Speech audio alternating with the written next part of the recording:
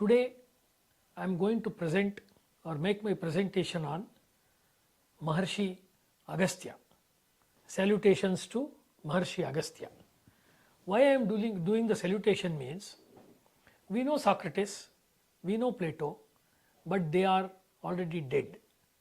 Only their books and thoughts are available. Whereas, according to the Indian knowledge system, according to the Shraddha of a normal Indian, maybe dwelling in a city or in a village or in a forest, either as a Vanavasi or as a Gramavasi or as a Nagaravasi, we believe that rishis are eternal. We as human beings have only a life of 100 years according to our Vedic mantras. We come and we go. Whereas the rishis, they are there either in their mortal body or they are in their astral body, in their Sukshma Sharira. Therefore, when many families, when they have the Gotras or their lineage, at least they will tell 3 names of the rishis. And while you do the Shraddha, the annual Shraddha Karma, what we call in Kannada language as Tithi, we will always remember at least 3 people of our previous generations.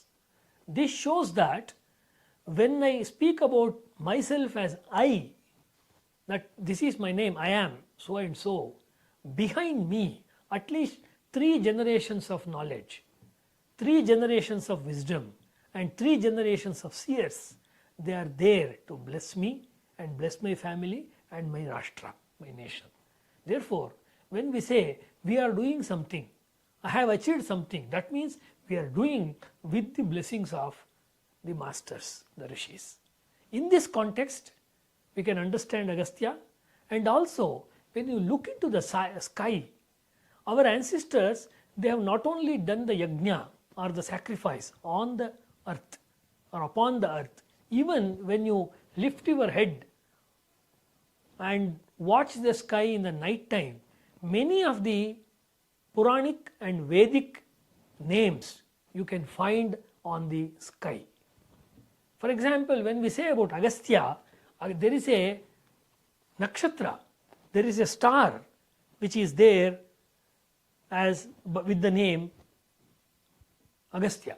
It is the southern, in the southern sky, one can see the Agastya star. So there are different theories made by people like Subhash Kak and other who are experts on the Vedic literature, that there is a very strong astronomical connection between the Saptarshis and the names of the Saptarshis in the Vedas and the different stars which we can see in the sky. So leaving that astronomical part here, that means if you want to see the Rishi, you can just look upon into the sky, then you can see the rishis. Agastya is a very popular and a very well-known figure in both in northern part of Bharat and southern part, especially in South India. Let us recollect some of the life sketch information related to sage Agastya.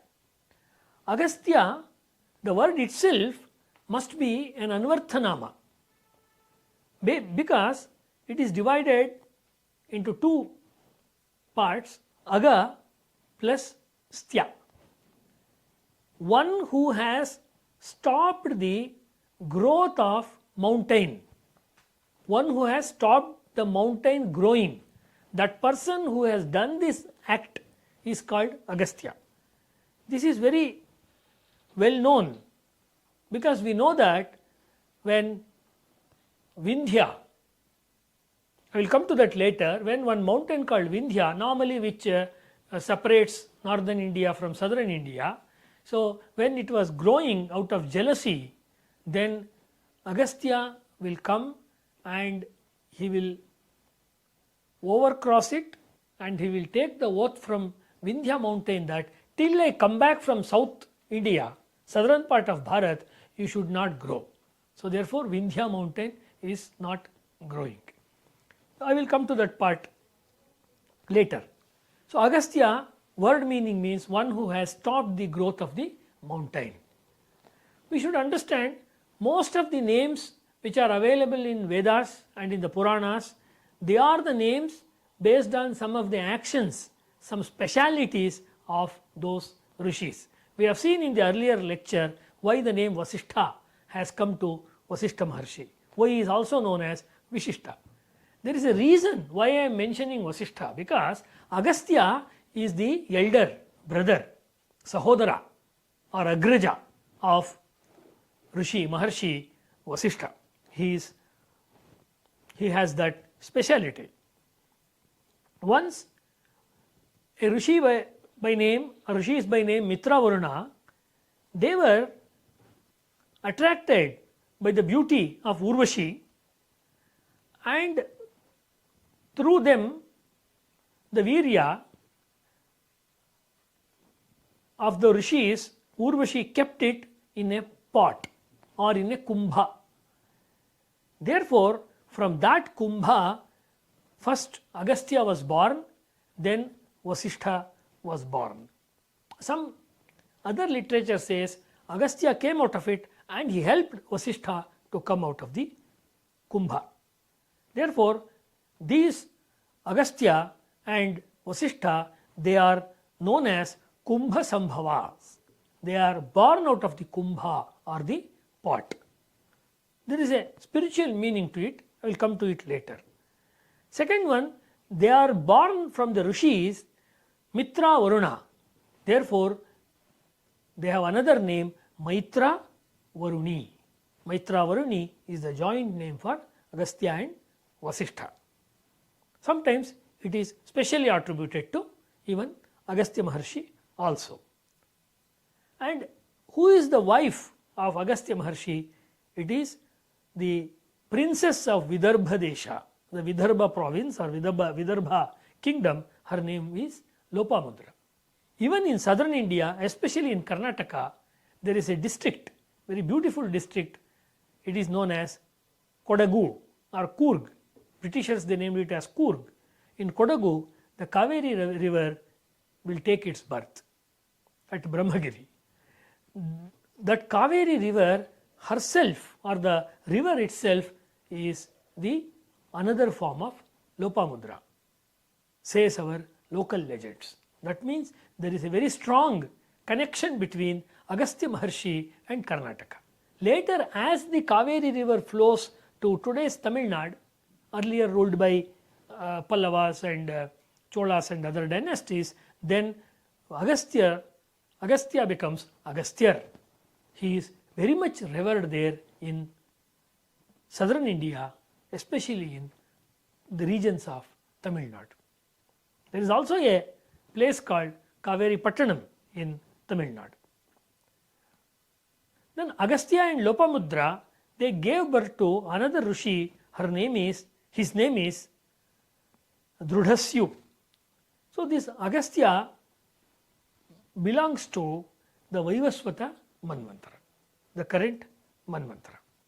Agastya's reference, Agastya's achievements, Agastya Maharshi's contribution to humanity, to the Indian knowledge system is explained in the shlokas, in the verses available in Sanskrit Puranas like Padma Purana, Mahabharata Sabha Parva, then Shanti Parva of Mahabharata, then Bhagavata, and also Matsya Purana. There is also a very good amount of literature in Tamil language also. According to Mahabharata Vanaparva, the origin of Agastya as a Brahmarshi is like this. There is a very great sage by name Pulastya, and Pulastya Maharshi married the daughter of Kardama Brahma. Her name is Havirbhuk. From Havirbhuk, Agastya Maharshi was born.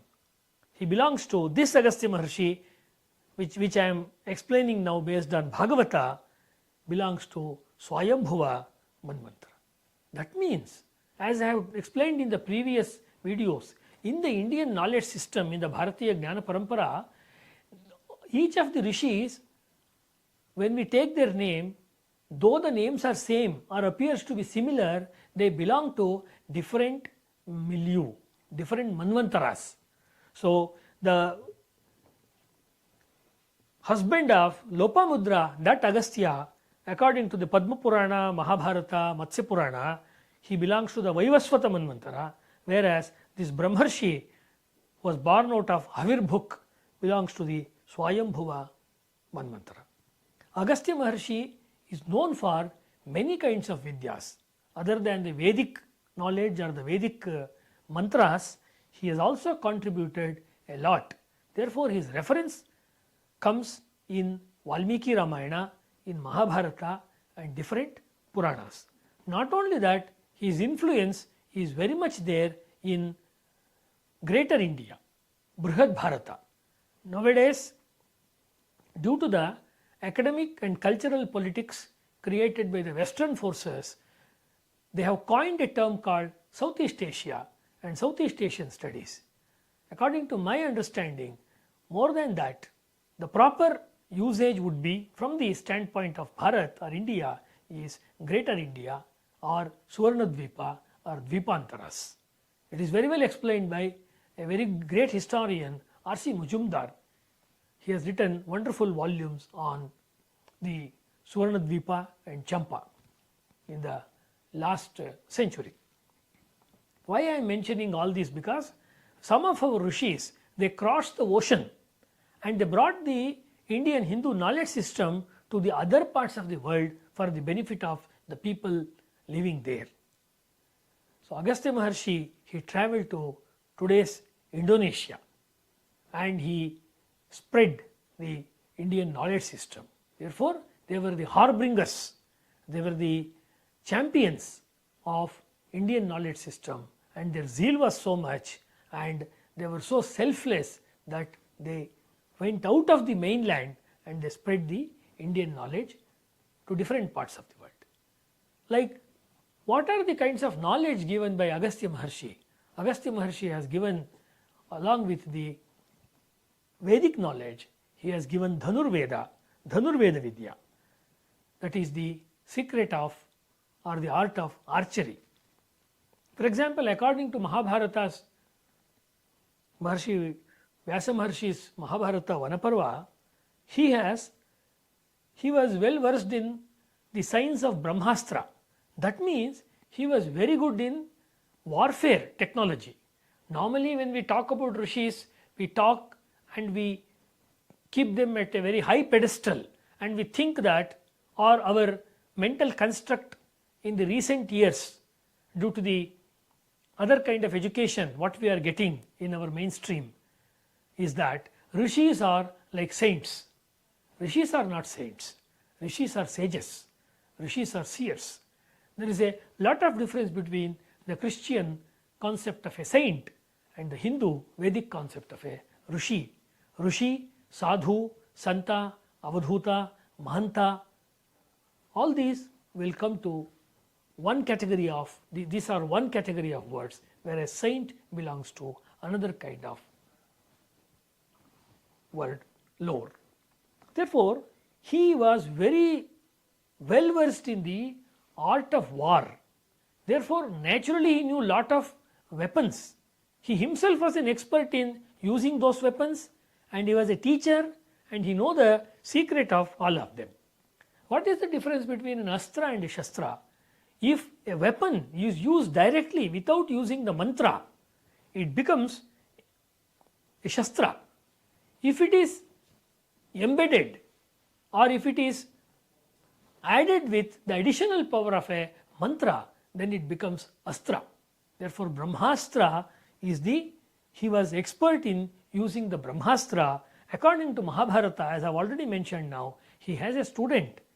Mahabharata mentions the student of Agastya Brahmarshi. His name is Agniveshya. Agniveshya learned the secret of Brahmastra from Agastya Maharshi.